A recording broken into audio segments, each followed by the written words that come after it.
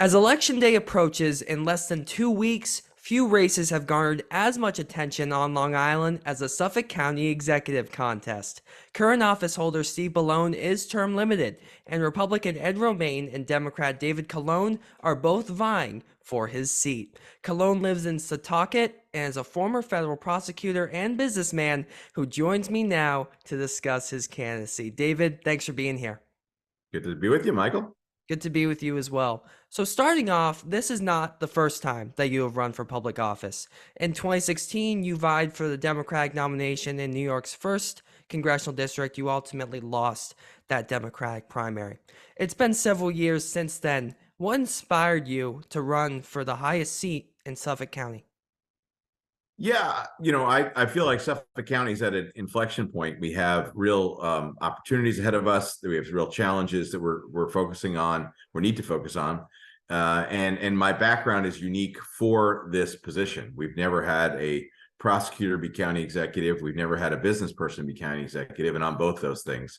So when we think about the issues that really affect us or are going to affect us now, will be challenges over this next decade, making sure our community is safe, making sure we have an affordable place to live with good paying jobs that can allow people to be able to live here. I have those backgrounds, but I've also been deeply involved in Suffolk County. I've had several senior leadership roles within Suffolk County.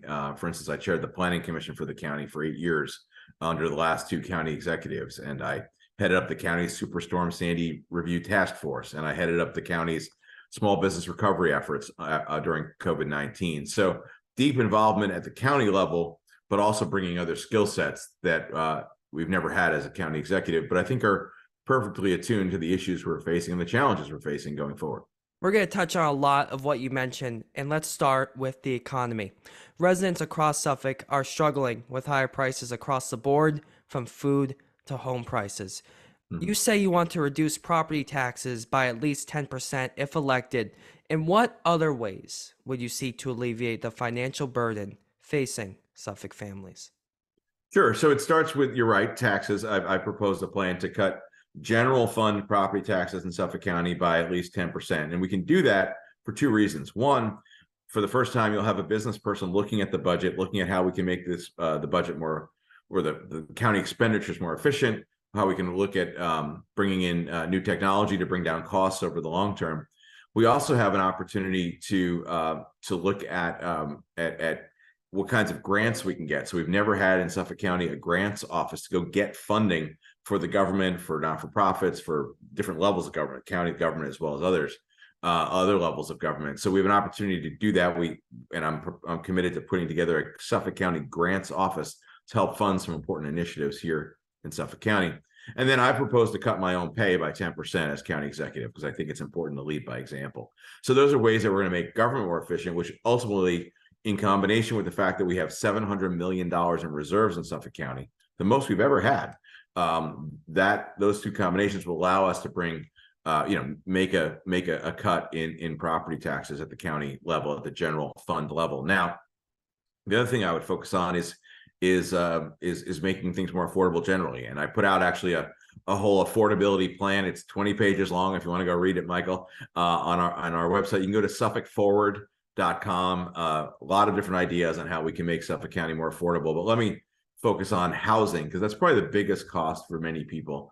And housing is something that I've actually worked on for quite a while as chair of the County Planning Commission, and also in the private sector.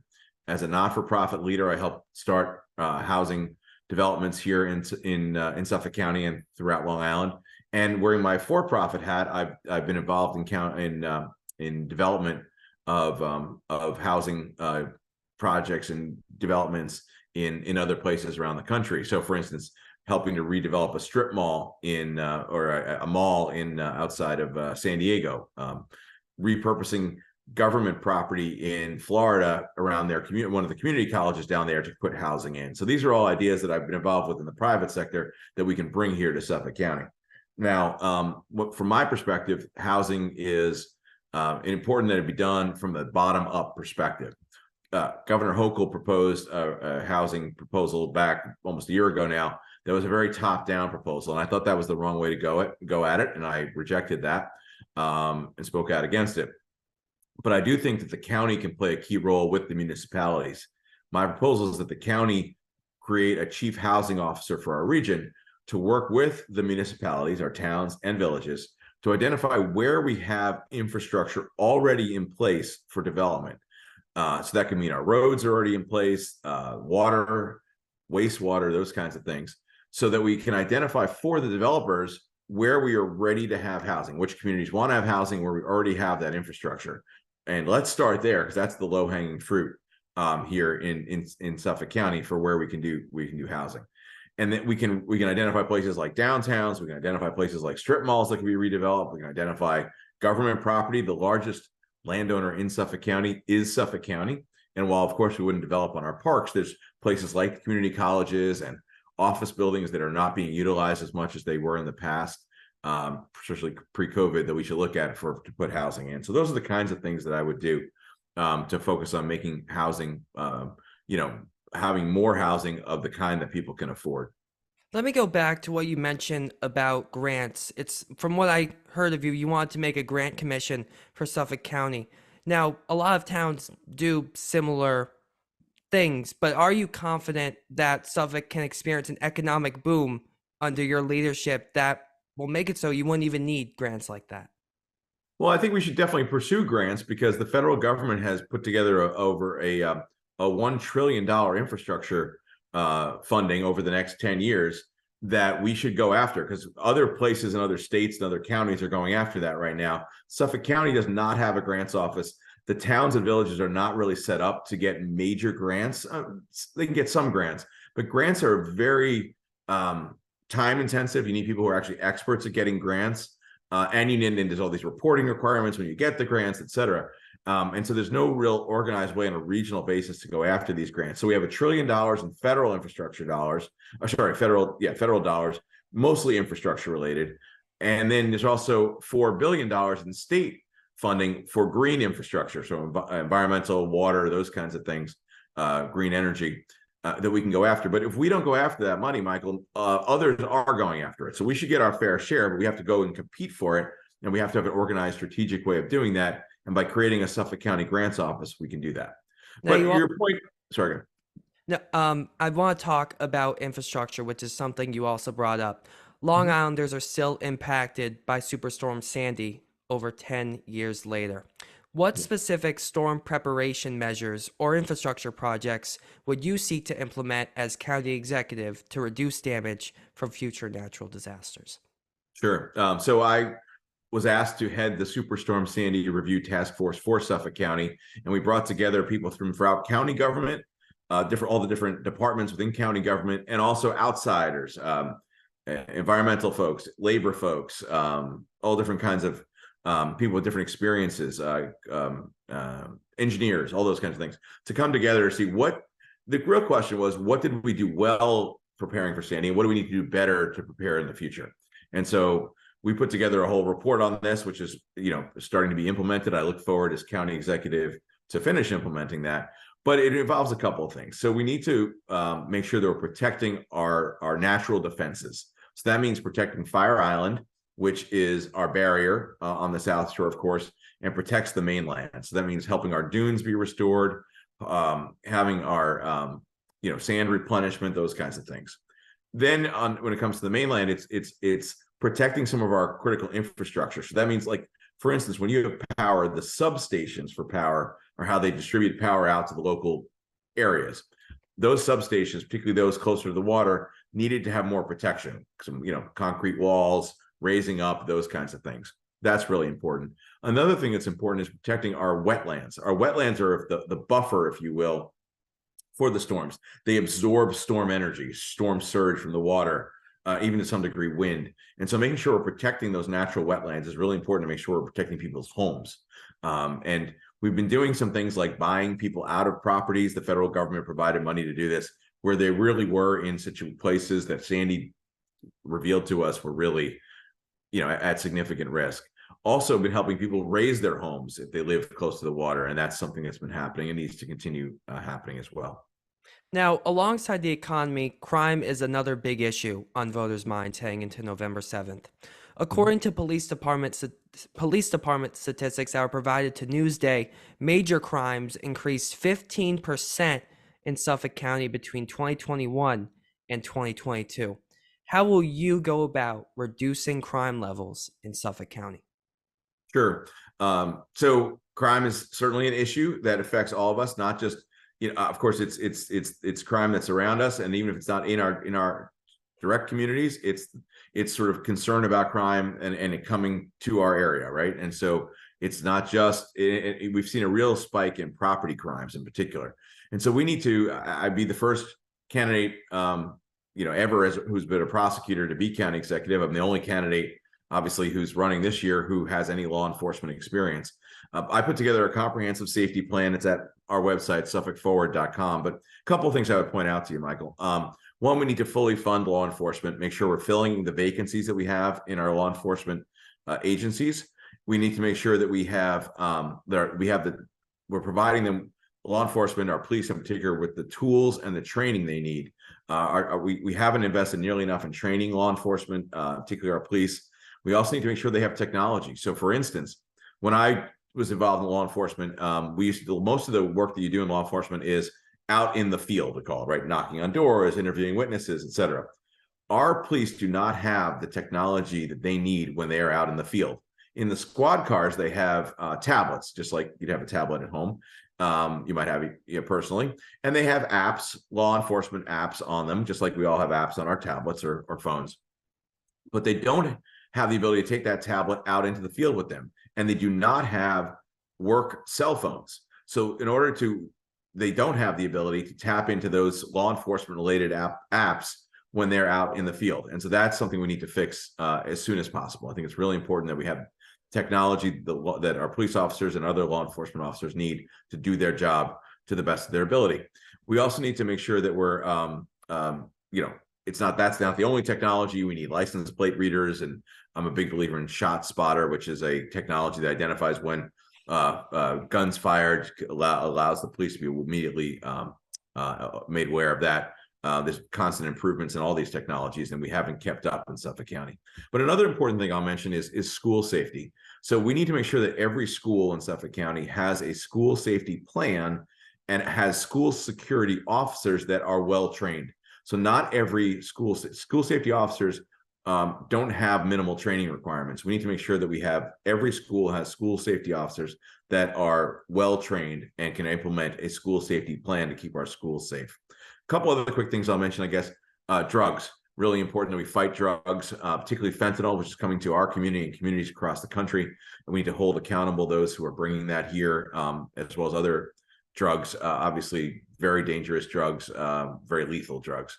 We need to get guns off the streets, particularly out of the hands of dangerous individuals. Suffolk County is one of the leaders in helping to take guns away from those who are mentally ill or dealing with addiction issues. That needs to be a continued focus. I'd also say we need to push back on Washington and Albany when they're doing things that aren't keeping us safe and passing policies that don't make sense. And we need to get at the root causes of crime. And that means investing in education, job training, and those kinds of things to help people have alternatives and try to direct them away from criminal activity. I want to delve a little bit further into your crime agenda. You say individuals should not be held in jail if they cannot afford to make bail. How do you respond to critics who argue those charged with the crime should be forced to pay bail even if they are unable to afford it? Yeah, I don't think there's many folks. I mean, we're talking about if the bottom line is that if the only reason you're being held is because you can't afford it, that's not right. That is very different than saying if someone is required to be held because they are dangerous. So there's a couple instances that happen where people had shoplifted and it was a small amount of bail, relatively speaking, $50, $100, and people were being held for months because they couldn't afford $50 or $100 bail. If that's the only thing holding people, that's not right. People who are well off can pay that and get out, whereas those who are poor can't. So the only reason they're being held is because of that. That I think is wrong, and that was something that was addressed by New York State. So it's no longer the case. That said, what they did with the bail reform laws was to go, I thought, way too far. They did not allow judges for certain crimes, they don't allow judges to hold people if they're dangerous or if they're threatening violence or if they're repeat offenders. And I think judges should have the discretion in all those cases to be able to hold someone without bail. And so that's why that my opponent's lying about my belief on this. And, he's trying to, do fear mongering stuff, which is absolutely not true. I firmly believe that that cashless bail does not make sense. I'm against that.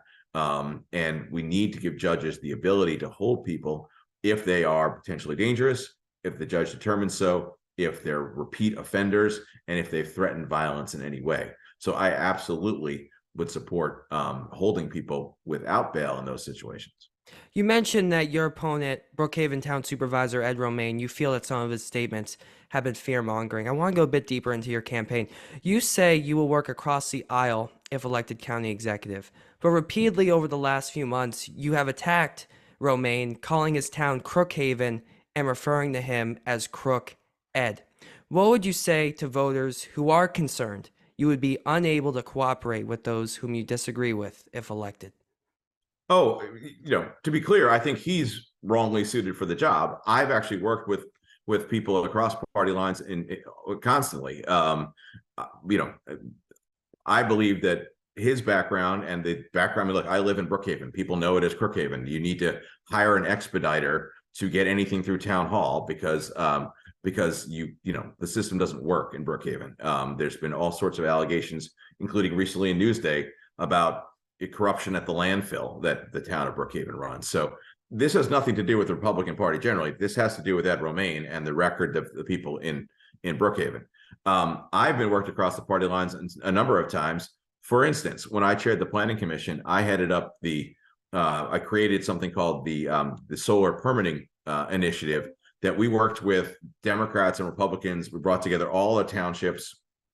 This is about 10 years ago. Brought together all the townships to Democrats and Republicans to come up with one unified way of installing solar panels on the roofs. The problem is that every town had come up with their own way to give permits, and the solar installers had to have a different form to fill out everywhere they went, a different process. We got them all in one form and one process.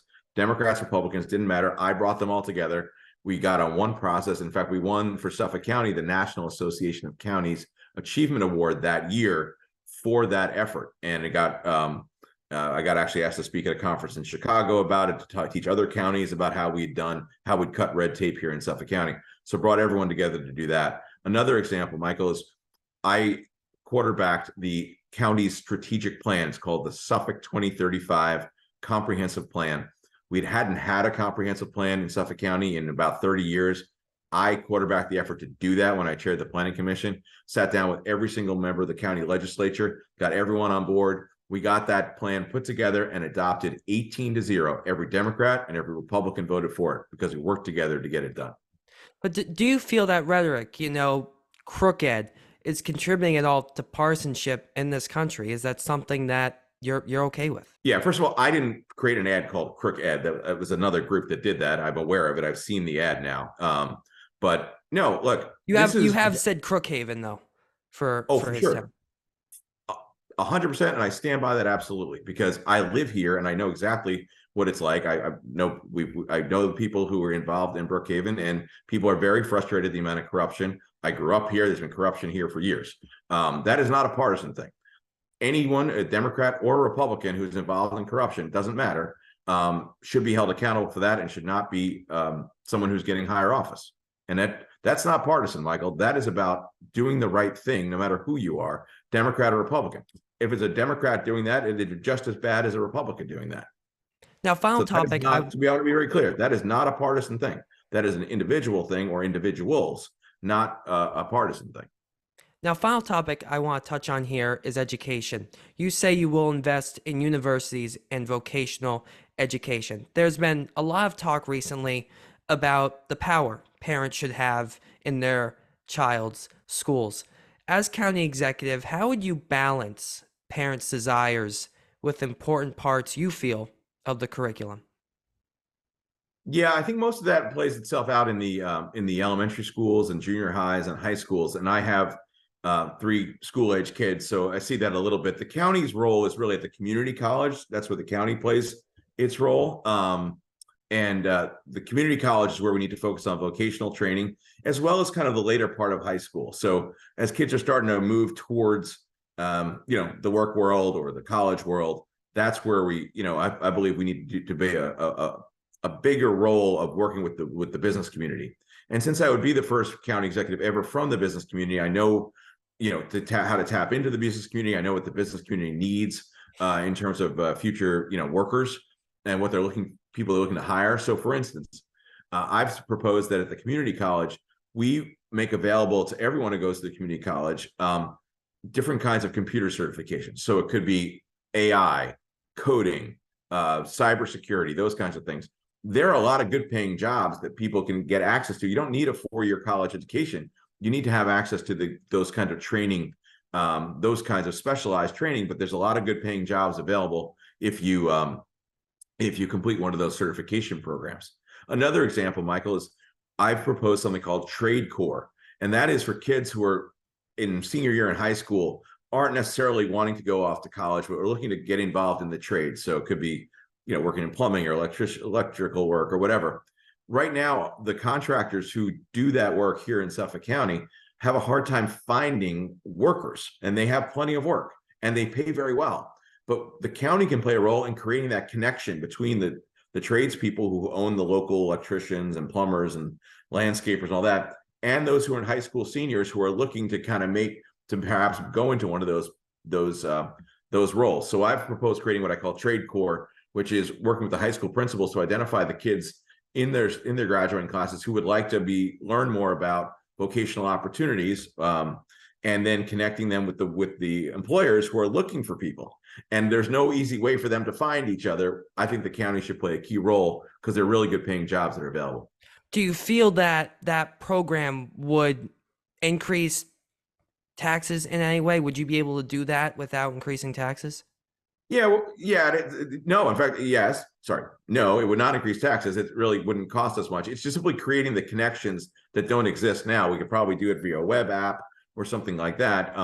The key is just simply reaching out to the high school principals, asking them to identify and kids who they know are graduating, but aren't looking to go to college or looking for other alternatives, and making those names available in a local area to the electricians or the plumbers. So quite frankly, it'll be great for us because it'll help provide economic activity and get people jobs, which obviously is a good thing for not having taxes, or having more people earning money and hopefully paying into the system and of course providing for their families. So. Now, David, as you probably are aware, turnout in local elections is traditionally low, and in elections, young people don't turn out a lot. What would be your pitch to young voters to go to the polls and vote for you on or before November 7th?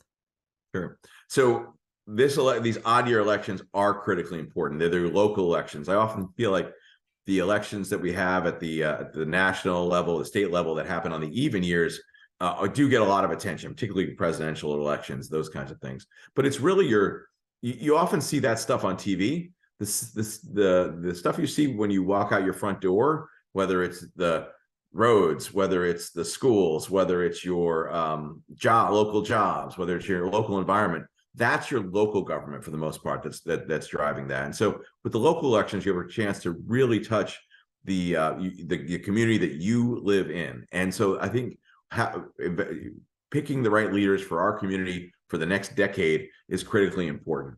And so when I think about how are we going to protect our environment, I've been a leader, for instance, in drinking water, and that's critically important. I've been a leader on climate change here in Suffolk County. I helped write the climate action plan that we put together in 2015 for Suffolk County. We need to redo that now because it's 8 years later. We need to redo that and look at, okay, what can we do in Suffolk County to be a leader on climate change? So someone who's committed to doing that, someone who comes from the business community, can help make sure we're supporting our small businesses, which create 80 or 90% of our jobs. I have a whole plan on how to help support our small businesses, which is critically important for young people to make sure there's jobs here, good paying jobs here for the future. And I've actually helped start companies here, so I know what it takes to do that. And then housing, right? And making sure we have housing that meets people's needs at different times of their life.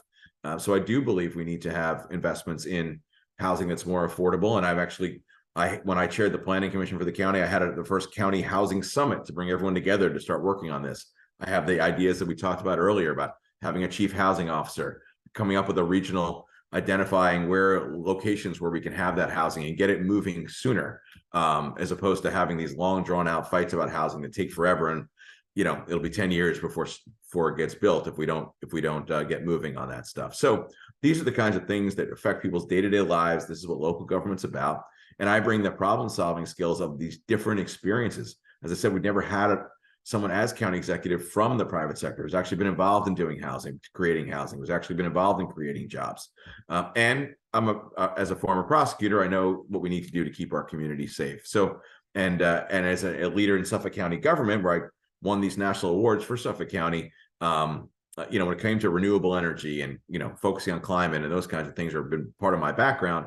These are things I think that matter to our young people and matter to all of us.